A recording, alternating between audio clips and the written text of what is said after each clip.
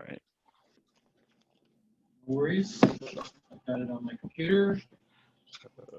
Here, just can't remember how fast.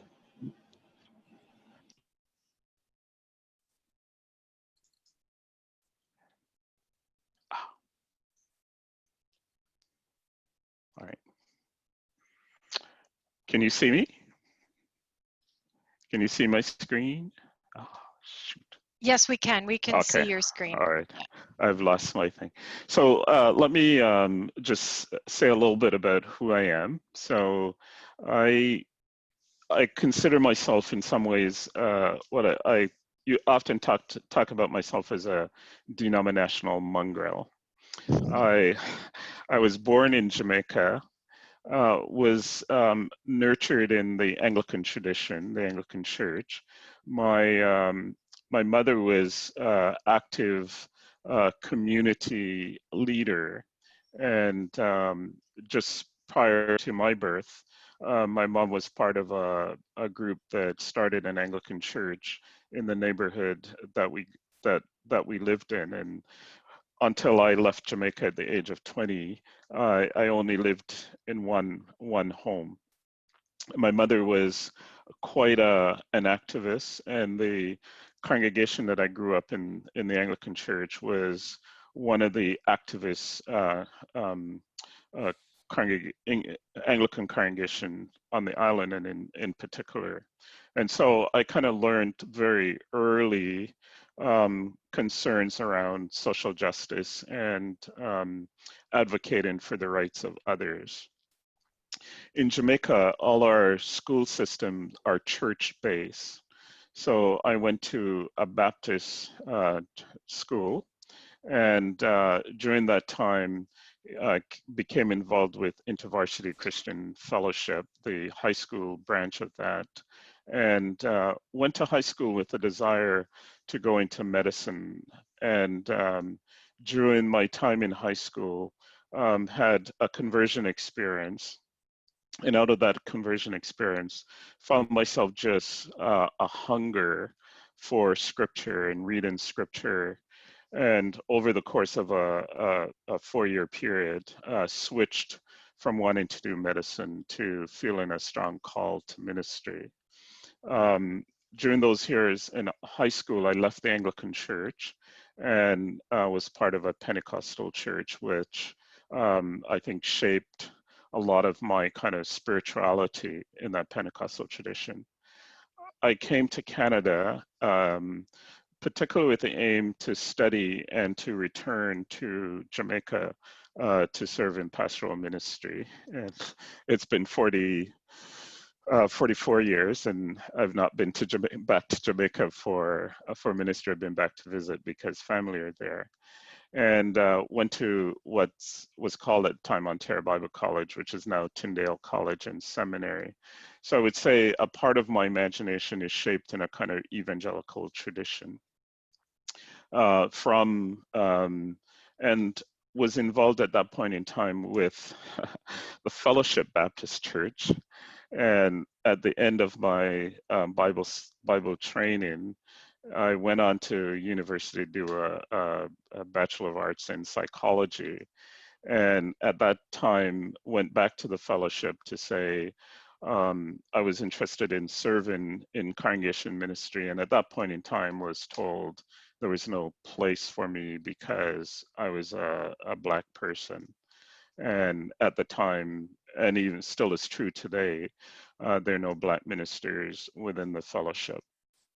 I had spent a summer working with a Convention Baptist minister, and so at that point went to the convention to explore opportunities of serving within the convention, and decided at that point in time to go to seminary. So I went to Wycliffe College and completed my master's at Wycliffe, and served in a number of Baptist congregations. And so my last congregational appointment was with Walmer Road Baptist Church, which is one of the larger historic Baptist churches in Toronto. and I served there for about 6 years. And at the end of that period, came out and got kicked out, and ended up in working in Regent Park with the Christian Resource Center, which was a ministry of the United Church.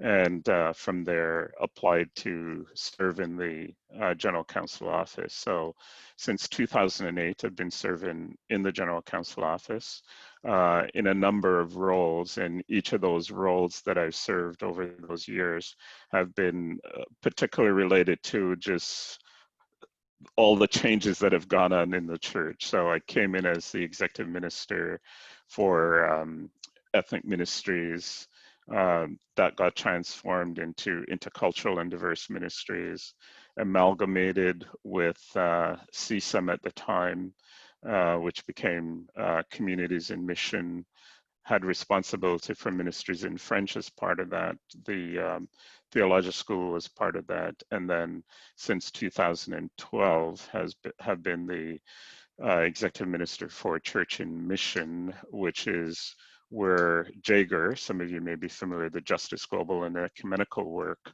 was linked together with the work that I was doing in terms of Communities in Mission. So that's a little bit of journey. I'm father of 2 boys. If you're a CBC junkie, you may have seen the series Tall Boys. And my son, Timothy, my baby, is one of the members of that team in terms of Tall Boys. And my other son works in a restaurant. He mixes drinks, so we have some interesting opportunities to think about that. So that's a little bit about me. I have a kind of evangelical sensibility, but a strong social justice commitment. And I think on a kind of theological spectrum, I would probably put myself kind of left of center. So that's a little bit about me. So the Church in Mission, which is probably the larger of the program units in the General Counsel office, is made up of a number of cluster and pieces of work. There's the Church in Partnership, which is our ecumenical and global partnership work. So Church in Partnership attends to our global relationship. As you know, we have about 100 funded partners in all the regions. So Latin America, Caribbean, Asia, African continent, Middle East, and we have 4 staff who manage the various areas. Then there's People in Partnership, which is the program that works with the people of the United Church to engage them in relationship with our global and local partners. And that team is a team of 3 people who works recruiting, enabling folks to be able to go and serve, either to serve overseas or to attend learning, supporting our global partners. And then Discipleship and Witness, which is where most of our justice and advocacy work happens. There's a refugee program. We have 2.5 staff who manage refugees and work with congregations, as well as submit applications to the government around the refugee program. Tries to do some advocacy work with government around refugee issues. And then the Faith Formation and Mission is the cluster that works, so youth and young adults, worship, faith formation are part of that, that cluster. there's ministries in French, and then there's Edge ministries. So those are part of what makes up the church and mission unit. We are in the midst of reorganizing that unit at the moment due to the staff changes that have happened recently. And so the people in partnership and the discipleship and witness and the faith formation cluster are being amalgamated to a new cluster called identity and mission. And we are wanting to experiment with a new model of working, and in that staff in that area won't be assigned a specific piece of work, but as a team, they will work at attending to all the issues. We call it a basket. We've created a basket of work, and the staff team would be responsible for all of those. Please, I know if folks want to have questions, I can just go through this, or folks can stop and ask me questions. So one of the things we've tried to do is that in the global partnership is to identify a number.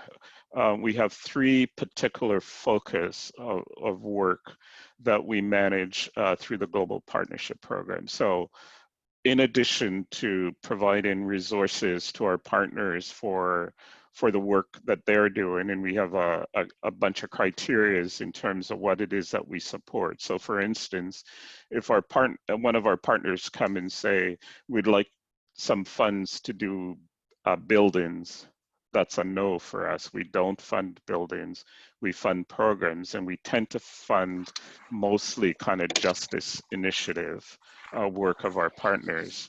But in addition to that piece, we have 3 foci that we work on for the triennium. So each triennium, we identify 3 pieces of work that becomes kind of part of the focus of our global engagement. For this particular triennium, one of our focus is on accompanying our partners around issues of justice and peace. So we have a particular focus with the Philippines, with Korea, with Israel-Palestine, Colombia, and the Democratic Republic of the Congo. So we're engaged with them. So you may know there's a huge initiative around peace with North and South Korea. And we invest a lot of time and energy and are part of a number of global ecumenical initiatives around peace in Korea, the same with the Philippines. So that's a particular focus of our global work. So you'll see, you may have come across a lot of things that we've invited the church to engage in around peace initiative in those parts of the world.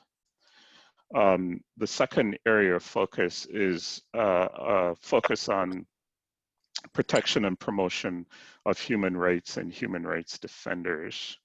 And we do specific advocacy around gender justice and a particular lens around LGBTQ rights. So you may or may not know, we work with the Council of Churches in Korea. The Korean Council of Churches in South Korea has taken up on itself to work with the kind of intolerance that happens in Korea around LGBT inclusion. So we have actively supported the work of the National Council of Churches in Korea in terms of their initiative to do educational work, advocacy work with the government, and advocacy work with other church communities around LGBT rights. In the Philippines, we are supportive of the Philippines in terms of, and both the United Church of Christ in the Philippines, which has declared itself to be a church. We work with them, and then we work with the National Council of Churches in the Philippines in particular around their initiative around education advocacy for LGBTQ rights. In India, we work with the National Council of Churches in India, who's been doing some spectacular work around LBGT inclusion in the Indian church. And we engage in dialogue, sharing resources, accompanying some of the work they're doing. And then in Indonesia, as you know, Indonesia has a Christian minority with a strong Muslim presence, and we are involved in supporting the Jakarta Theological Seminary in Jakarta, who is doing some interfaith work around LGBTQ rights and inclusion. So that's a particular focus. In Kenya, we're working with Pembiso, which is an organization in Kenya that is supportive of LGBTQ folks advocating for LGBTQ rights, and we help fund a safe house for LGBT refugees who come in from other parts of Africa into Kenya, and that's a piece we do. And then the other piece is that there's an organization called Theological Education by Extension. They're based on the African continent, and they historically tend to be fairly evangelical, but I think over the last 5 years have started to recognize that they need to revamp their training materials to help pastors read scripture in a different way, in a new way, and to attend to issues of LGBT exclusion through the lens of theological education. So we're very supportive of that. And then in Latin America, particularly in Colombia and Nicaragua and places like that. So those are some of the pieces of work that the Global Focus manages. And then a part of that is working with our partners in contexts where the space for civil society engagement is shrinking. Philippines, again, is one of those examples of that for us. And then the third piece of focus is on engagement with global migration and refugee. And so we do this work across a number of clusters in the Church and Mission program, attending to both the drivers, the consequences, and we engage with instruments like the World Council of Churches and the World Communion of Reformed Churches, and seeking to address some of the issues around migration and refugees. So we're part of a group called Churches Witnessing with Migrants that are attending to issues of migrant workers. We connect with the European Forum that deals with migration, and through our partnership with the All Africa Conference of Churches, who are doing some work around migration, especially the move of folks from the African continent across the Mediterranean into Europe. So those are some particular pieces of work that our global program is engaged in. Maybe I'll stop there and answer any questions people may have about that, and then I have a couple pieces more to finish. So if anybody has any questions, could they just raise their hand in the Zoom hand, or just type your question in the chat box and we'll call on you, or just unmute yourself and ask it. Go ahead, Jay.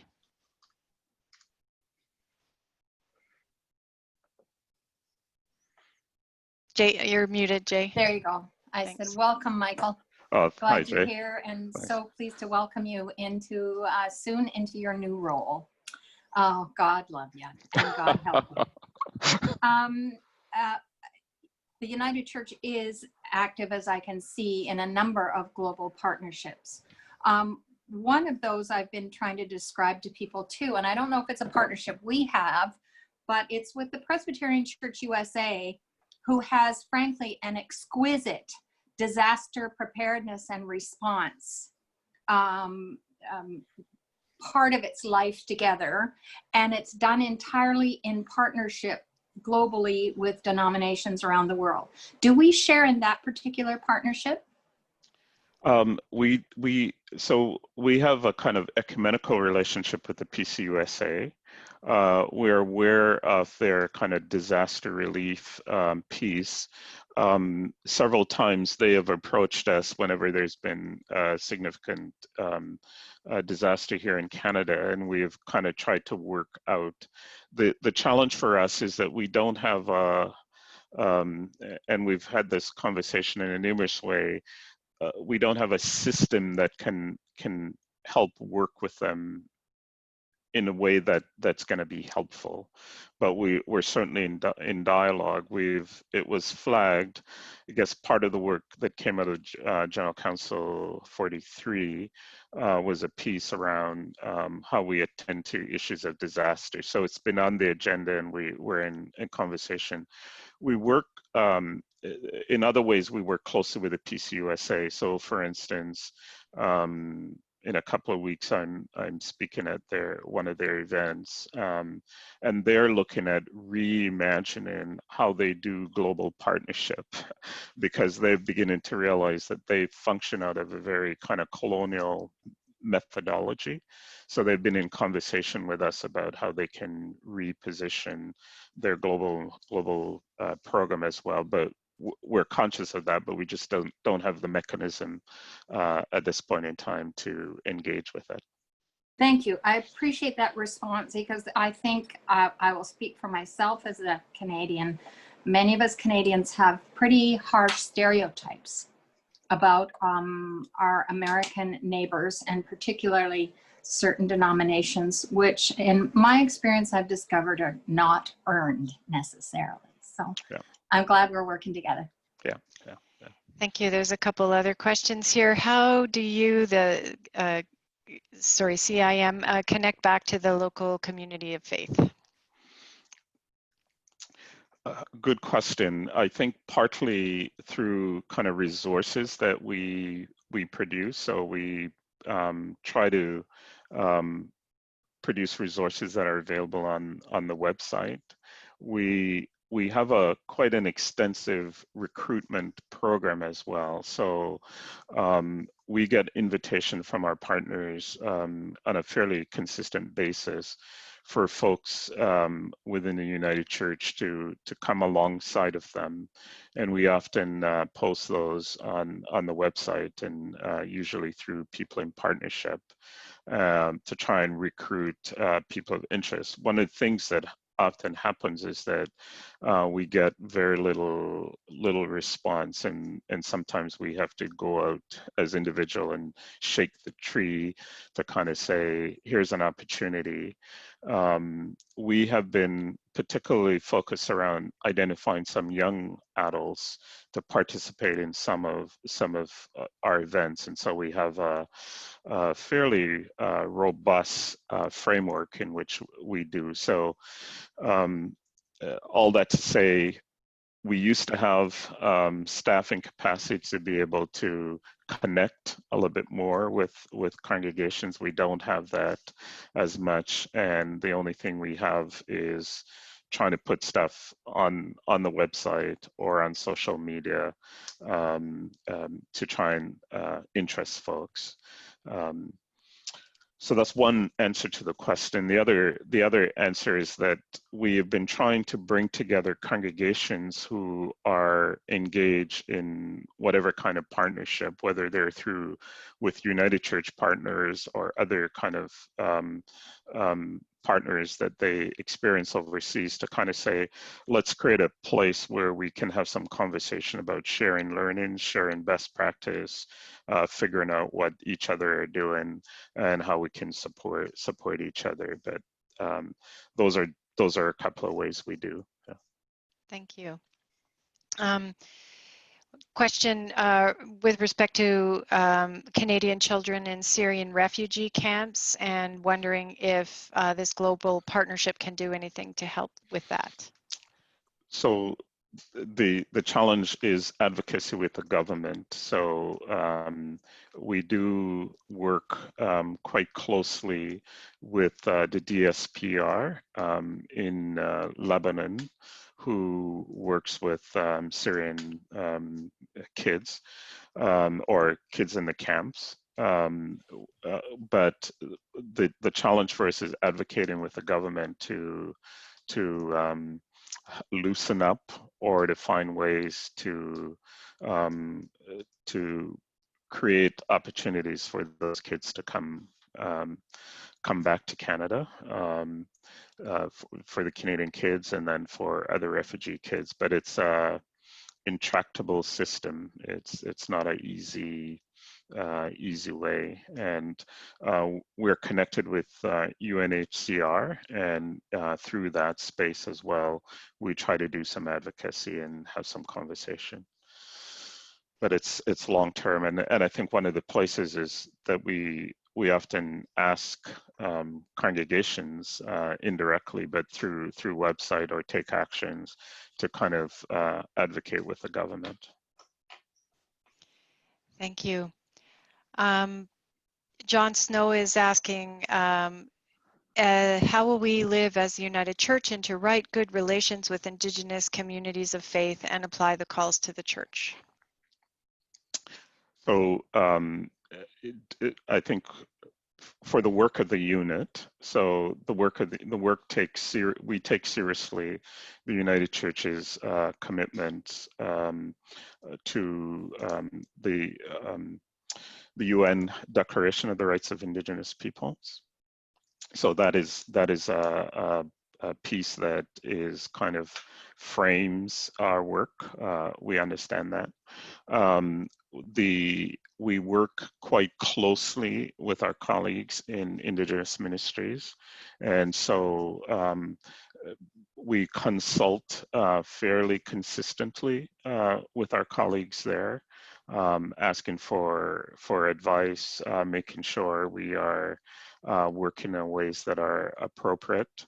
And we also work with them closely in terms of making sure that opportunities to engage with our global partners is something that happens. So we have a priority to make sure if there's an opportunity to go visit partners, to have partners, to have folks from the Indigenous communities be part of that. We have what's called a partner council, and that's made up of 6 representatives of our partners. There's one from each region where we have a global partnership. A few years ago, when on their visit, we invited them to explore the United Church's commitment to right relationship with Indigenous people. At the end of their visit with us, they basically said to us, if it means that you have to reduce your support to us as global partners in order to do the work with Indigenous peoples in a right way, know that we won't hold that against you. And so again, we're conscious of that. It's dialogue with our colleagues in Indigenous ministry, so that we can walk in the right way. I mean, I think some of the pieces of work that we do is implicated in the calls to the church. Other pieces are broader for other parts of the work of the General Council. Thank you, Michael. I know you have some other things you want to add, but this might be a nice segue into your next section. There's some questions about you moving into the role of General Secretary and what will happen with your current position. And then this comment, this is an immense portfolio that you were talking about. How can the continuing staff possibly cope with the work that needs to be done, recognizing that there may possibly be more staff cuts? You feel my pain. Sorry. Yeah. So I think one of the things to say is that, well, let me answer one part of the question. So for the time being, we've appointed an interim executive minister for the unit. And so Pat Elson has been appointed on a 5 months to be the interim. Pat is one of the team leaders currently, and that is to give me in my new role some time to think about who will take on the responsibility for church and mission. And because there's a number of moving parts in the office, we felt that it would be good to buy some time to figure that out.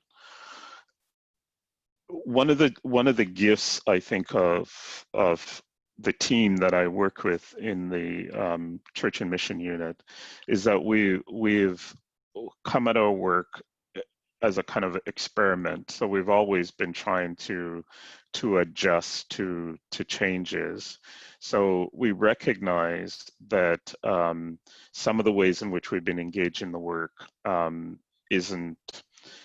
we can't sustain it with a number of staff. So a good example is that just yesterday, the visual around lighting a candle for guaranteed livable income, we experimented with a new model, which was we brought together a bunch of passionate advocates for the cause, and we provided some staff support. So the network, as we called it, did most of the work. They did the planning, they did the organizing, they kind of mapped out what needed to happen, and as staff we sort of came alongside and supported that, and there were pieces that they needed us to do, which we did. And so we see this as a kind of a model going forward that we need to, the reality is, and I know it's problematic, the reality is that we can't, we won't have the staff capacity. We've moved from when just on the cusp in 2007 when we had a significant change in terms of staffing in the General Counsel office, we started to move away from experts. So there was a time in the church where we had people who were experts in particular areas. We have a bunch of generalists now. We've moved to a more kind of generalist, and so we're dependent on other resources. So we've built some good partnership with other agencies that are doing some of the work. We have come to the point, and one of the things we've said is we'll only engage in places where we think the United Church has a unique voice. So if others are doing the work, we are committed to amplifying what they're doing, but we don't have to replicate it. So our goal is, say there are some pieces of work where we have a unique contribution to make, and that's the place we're going to invest in. And the place where others, because we have partnership, are doing the work, we don't have to do it. So for instance, Kairos is exceptional at doing work around migrant workers. We don't have to do that work when we think about our work around migration, because Kairos is doing that. And so how do we amplify what Kairos is doing rather than doing it ourselves? So we're experimenting with the reality of reduction of staff. And I think I would say one of the things I bring, I think, I don't know this as a fact, and some of you on the call may know this more, but I think coming from having lived for 12 years in the programmatic area of the church and moving into the role of General Secretary gives me a perspective on that work that I think will be helpful. It's a different experience when you come in and you have no history or an idea about the programmatic life of the church and some of the challenges. So I think that would be a help to me in my new role. And you know, I think Nora started this, and certainly one of the pieces that I want to be able to continue is that we're in a stage in the life of the church of permission given. We figure out what we need. Accountability is absolutely necessary. That's something we need. So what does that look like? Let's name it, and let's give people permission to experiment, making sure we have accountabilities. So some of that. So it's going to be a challenge. I'm not going to admit that, deny that. And I think at all levels we have staff who understand it, and staff who are beginning to understand the need that we need to be a lot nimbler than we've used to be, and that's going to be our perspective going forward. Don't know if it answers the question, but that's just some of the things in my mind. Thank you. Catherine's asking, what is the bandwidth, financial, human resources, knowledge to move churches into the new reality of COVID times, and how we are trying to be faithful in a new, often online reality? And can any of that happen at the GC level? And then there's some subsequent conversation there, but that's the main question. Can I pass? Well, so I think there's a, and I say this not in my role, but I say this as just some of the reflection that has kind of been going on in my head. I think there's often a perspective that the United Church is not engaged unless the General Council is engaged, right? So we have this perspective that we come to General Council and we say, you know, we pass all these resolutions and saying the General Council must do it, and we walk away with the sense that if, you know, we've done our work, the General Council does it.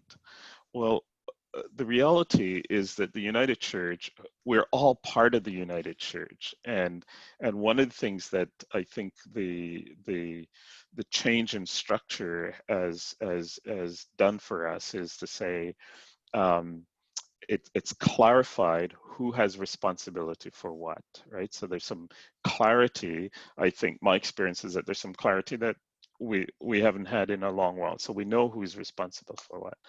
So the challenge is that we're all in this together. I think at the General Council level, we need to be kind of saying, okay, we know the reality that COVID has put us into is our new reality. So how can we be helping to gather best practices, seeing what other people are doing? How can we share that stuff rather than do it ourselves? And in fact, the experts are among you. And so how can we make sure you who are experimenting and doing and learning are sharing with other people, so that the system learns how to, you know, that there's a skunk work kind of thing where not everybody has to start from scratch, right?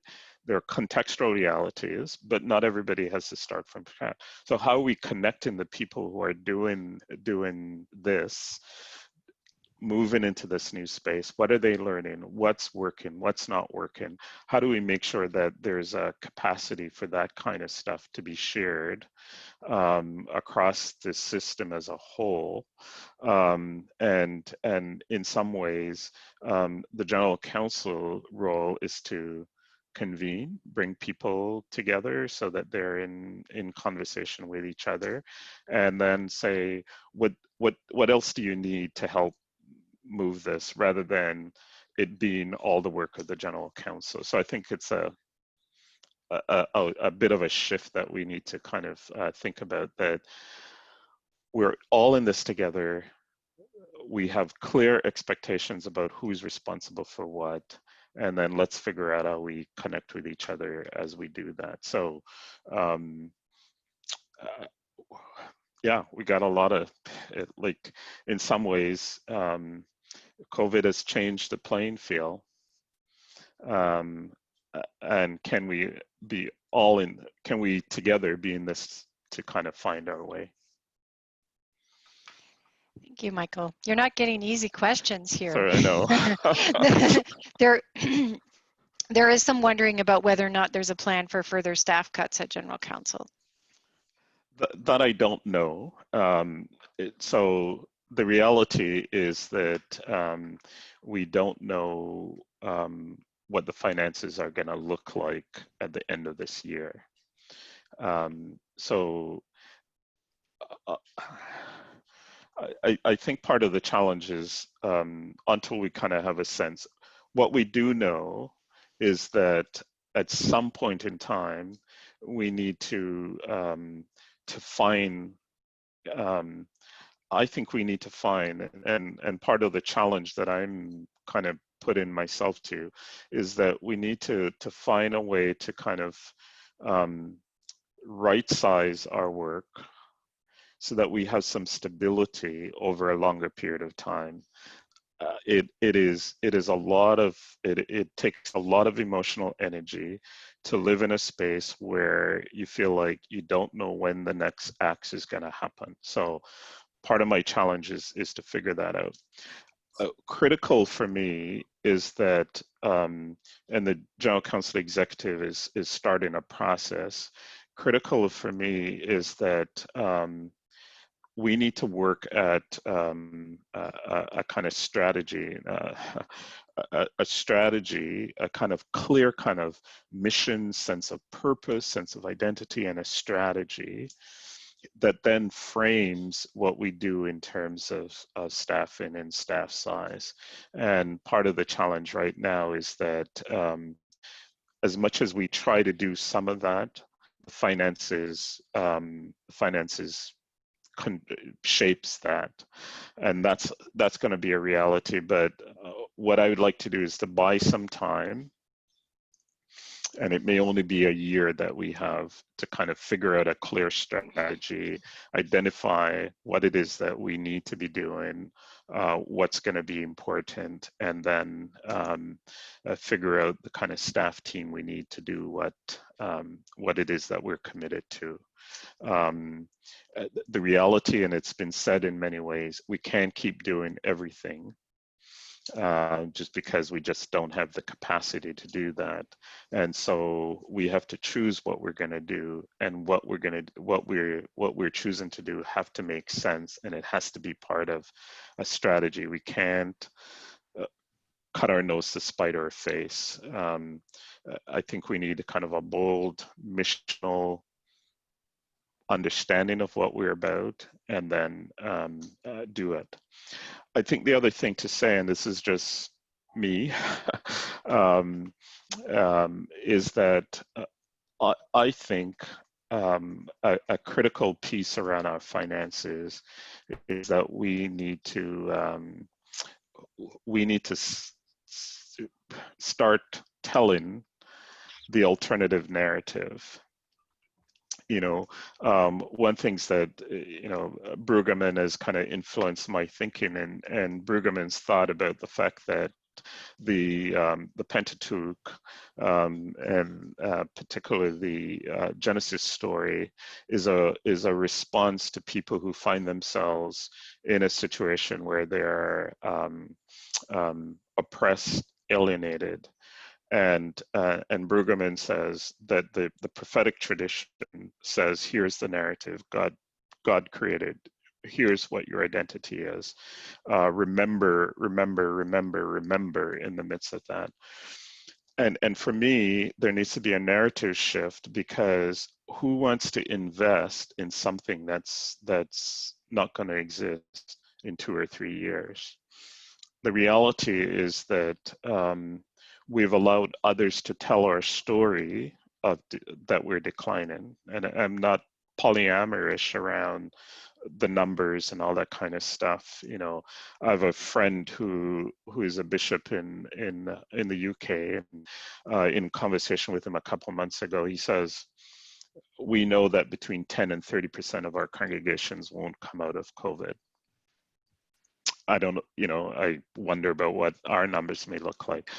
I don't want to be polyamorous around that in terms of, but what I want to do is that there is so much excitement, and there's so much exciting stuff happening in the life of the United Church in all kinds of ways, and we've got to find ways to lift up that story to tell people what is really happening, beyond the decline. We also, I think, need to, one of the things that I think about is that, Comp Review posited vibrant, vital communities of faith. I think initially some of us kind of thought they were talking about numbers, but in my imagination, that's what we need to be talking about: vibrant, vital communities of faith. And vibrant, vital communities of faith is not about 200, 300, or even 150 people. It's a groups of people who take their faith seriously, who are connected to communities that they're living and are living their faith. And that's what we need to call ourselves to, and then figure out how we support that. So that's just some of my reflection as I think about where we are at, and trying to find a way to not hoodwink people, but the reality is that there's far more life happening, even in the midst of numbers declining. There's far more life happening that you never hear about, people don't know about. When I travel, and it's been my privilege through this role to travel outside of Canada and places, and I go, and people, representing the United Church, and the stories I hear, and the impact of our work, our work, individuals who folks have come across. Mackay Hospital in Taiwan sent a gift of 5,000 face masks to us in the United Church, because years ago, our mission, Dr. Mackay, who was a missionary from then would have been the Presbyterian side of the United Church, and his church became part of the United Church of Canada.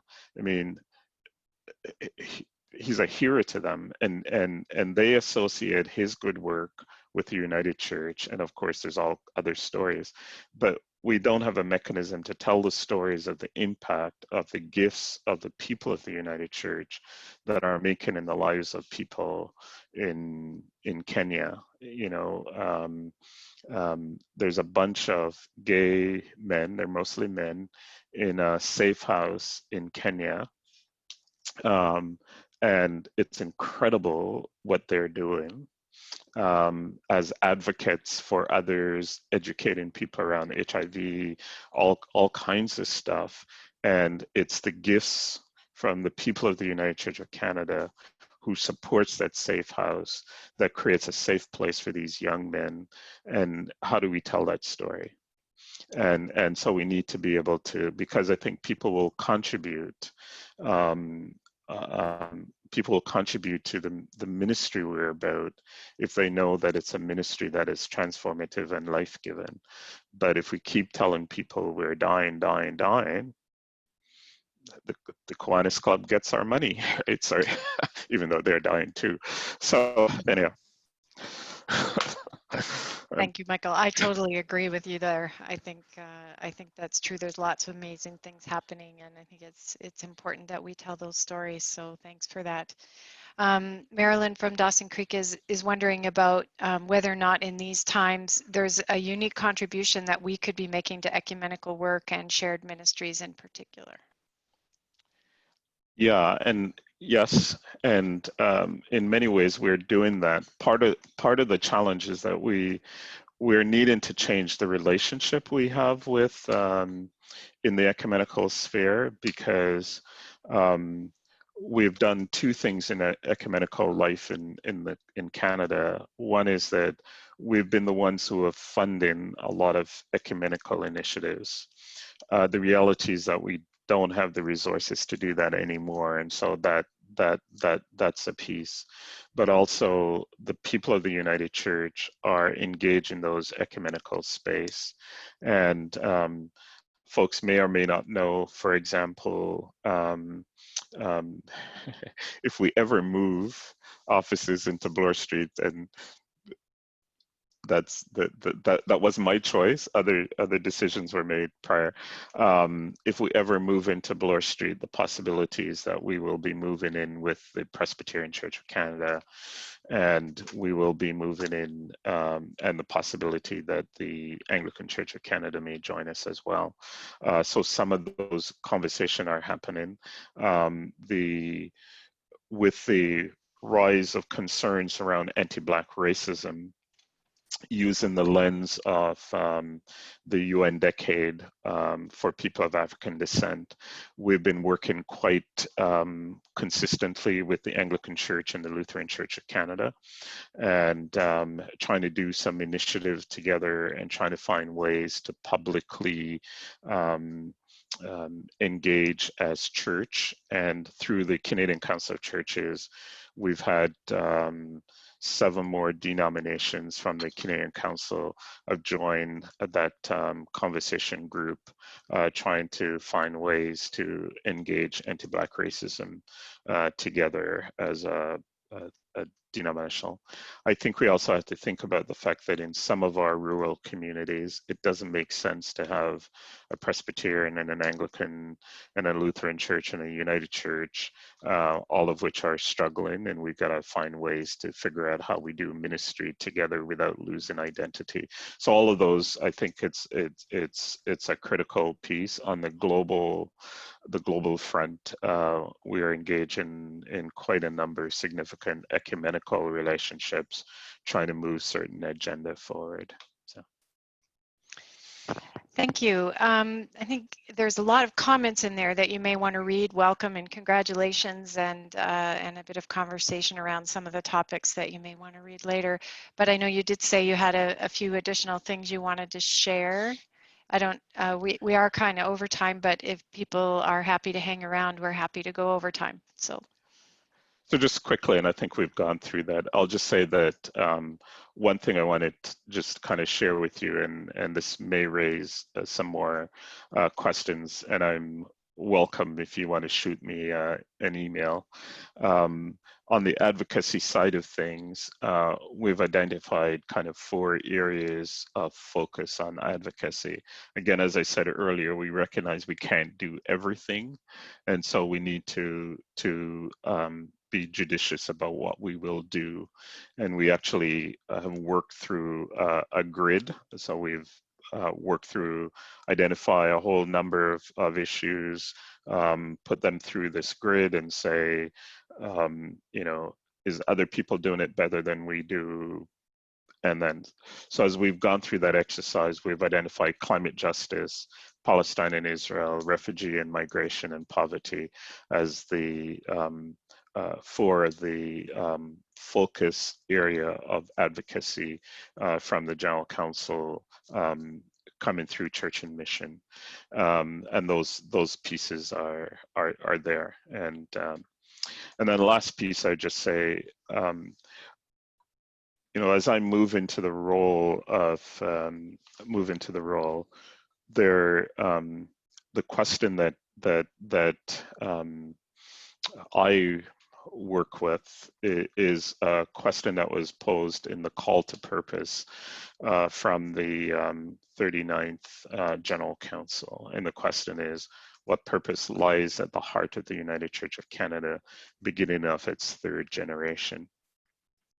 And so I've been kind of mulling that over and trying to figure, ask that question, and part of, I have some ideas, but part of the early part of my work as I move into the role of General Secretary will be listening around some of these pieces in terms of what's God calling us to. And I think there are 3 pieces that I've been thinking about. One is you know, we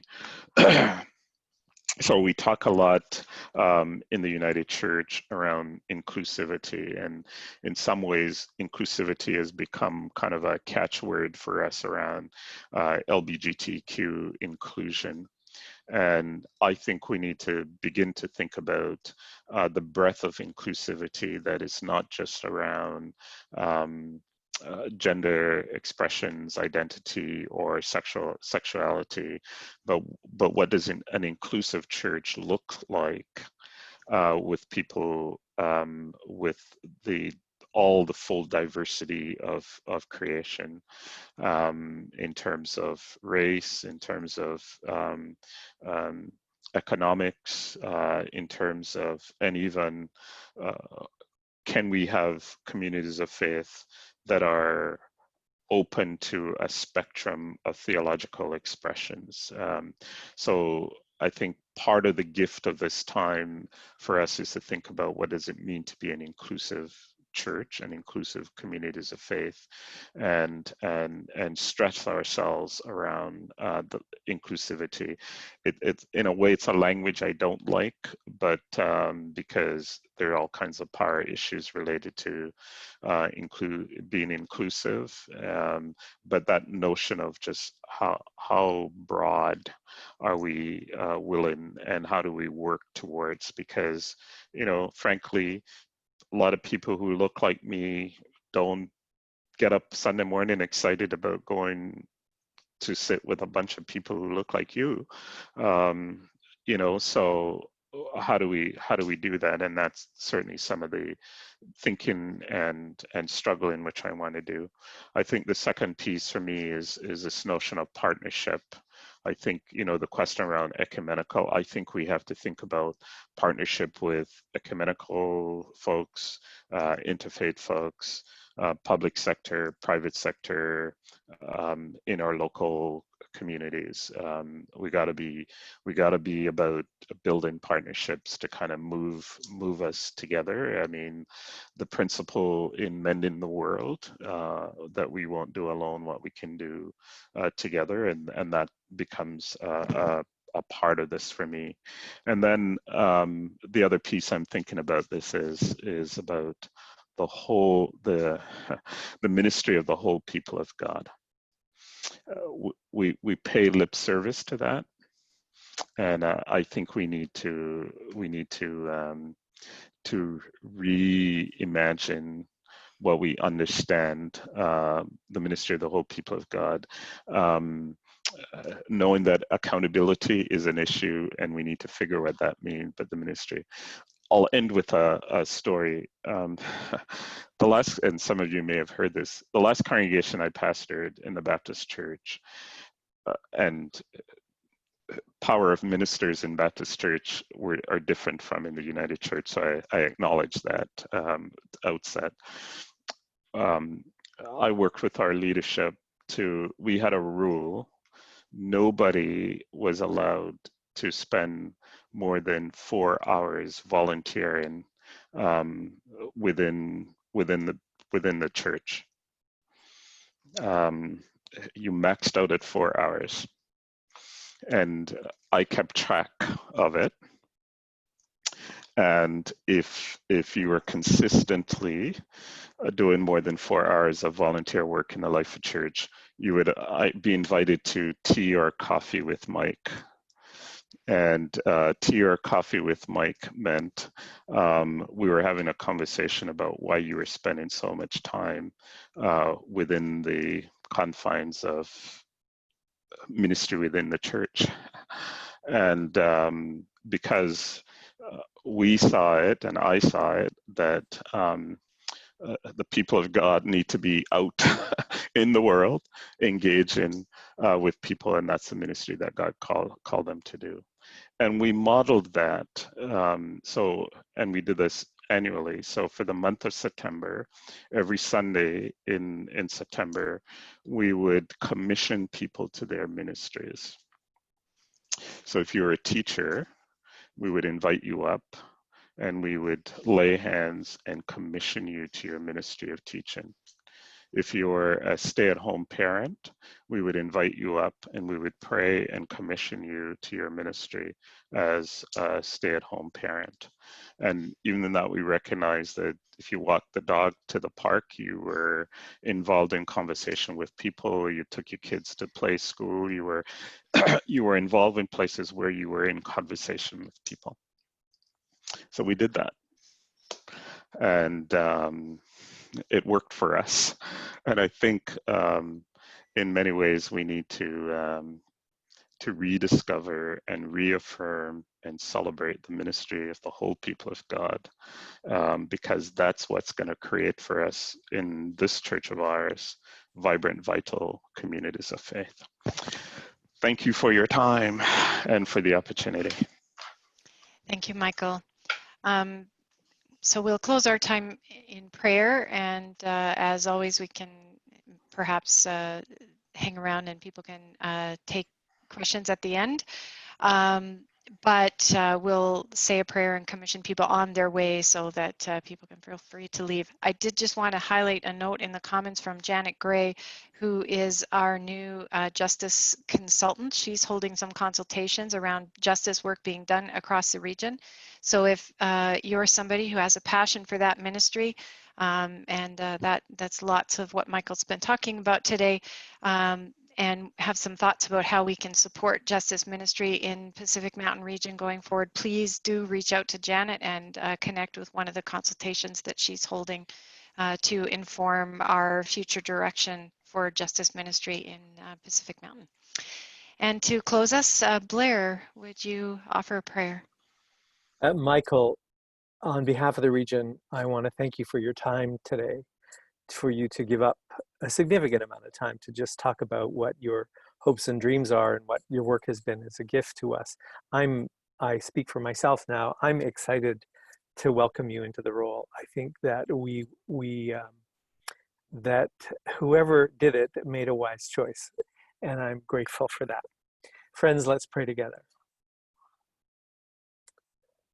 Holy Mystery, life beyond life, soul beyond all souls.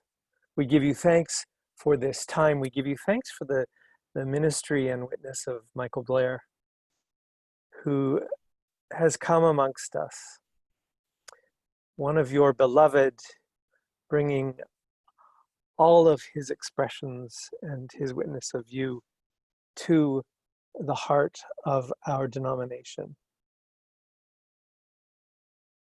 What a blessing that this should happen, that in the third generation we will be led by an evangelist.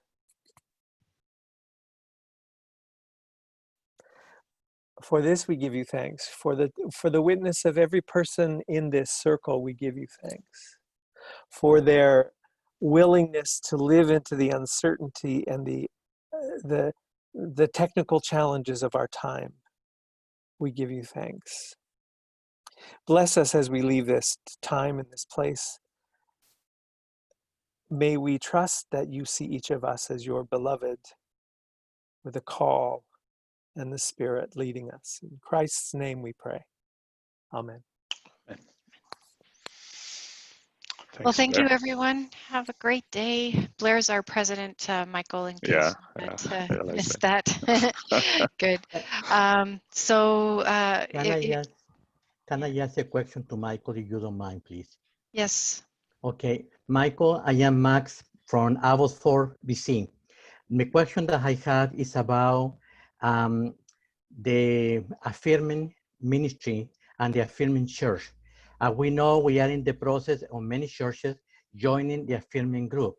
The national affirming is a body outside the United Church that is running basically with volunteer people that not necessarily take the time that we needed as support.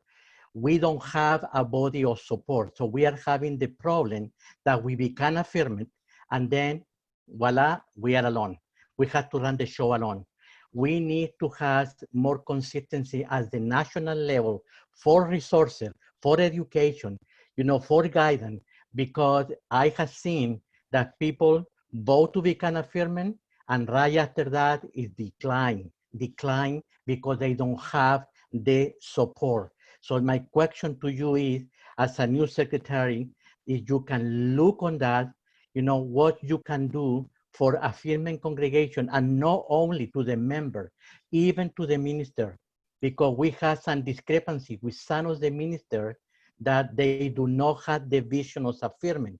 So that become a big problem for them to become leaders to those congregations that are becoming affirming when themselves are not in the affirming spectrum. So it's a lot of question about that. And I would like to hear from you if you have any vision in the future to do something that is more integrated with the national church, not as an independent body.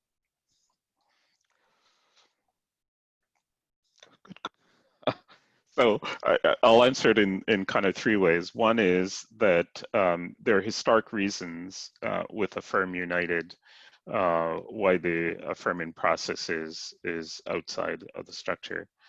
I think issues relating to congregational life or community of faith life, that's a conversation with the region.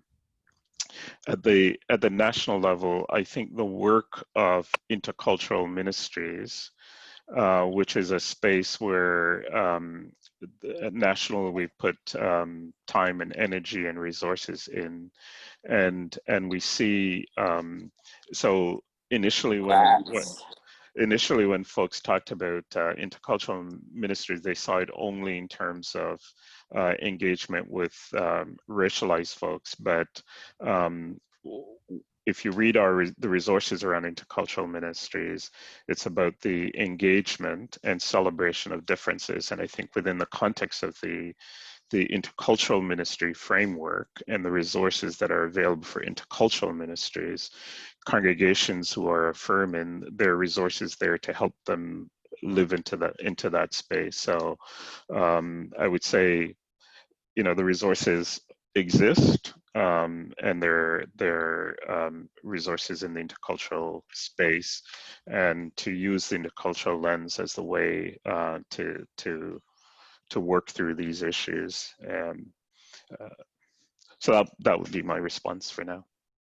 Thanks, Michael. Trina. Max, I would just add that at our last regional gathering, there was a motion made directing the executive and myself as executive minister to begin the process of becoming an affirming ministry as a region. And so we will be engaging with that process beginning at our upcoming regional gathering. And you might have noticed Pam Rocker is online, and she's going to actually be facilitating and leading that process for us at this upcoming meeting. So we'll have lots of opportunity to talk about this on the 16th and 17th of October. Wonderful. If Pam Rocker can follow with me, I will truly appreciate it, please, on the same issue, Okay, seeing that you have her online, if Pam can, I'm going to write down my phone number, so maybe she can communicate with me, please. Thank you. Okay. Blair, did you want to say something? I was going to say that. Oh, okay. Good. Well, thank you, Michael. I know that Thanks. you had other things on your calendar at this time, so thanks for adjusting. I really appreciate it, and I truly look forward to working with you in this new role, and I'm so grateful for you taking the time to be here, and we'll be in touch. Yeah, look forward to it. And send me the exact Eastern Standard Time for the, Yeah, for the okay. calendar. I'll do that. I'll do that for Chinook Winds. No. Hey, I've been doing this with the Chinook Winds people all the time, so you've got all kinds of sympathy from me, because I'll book a meeting and then I'll be like, wait, which time zone is that? And John Snow and I have been doing that as well, getting our time zones messed up. So really, really get it. So thanks. Yeah. And thanks, folks. It's great to be with you. Sorry, maybe there's a day will come when we can see each other face to face, but thank you very much, and take care. Blessings. Thank you. Yeah.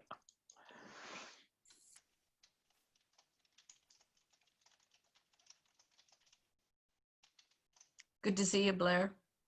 Thank you. Good to see you too. Bye, Beryl. Take care. Bye, Trina.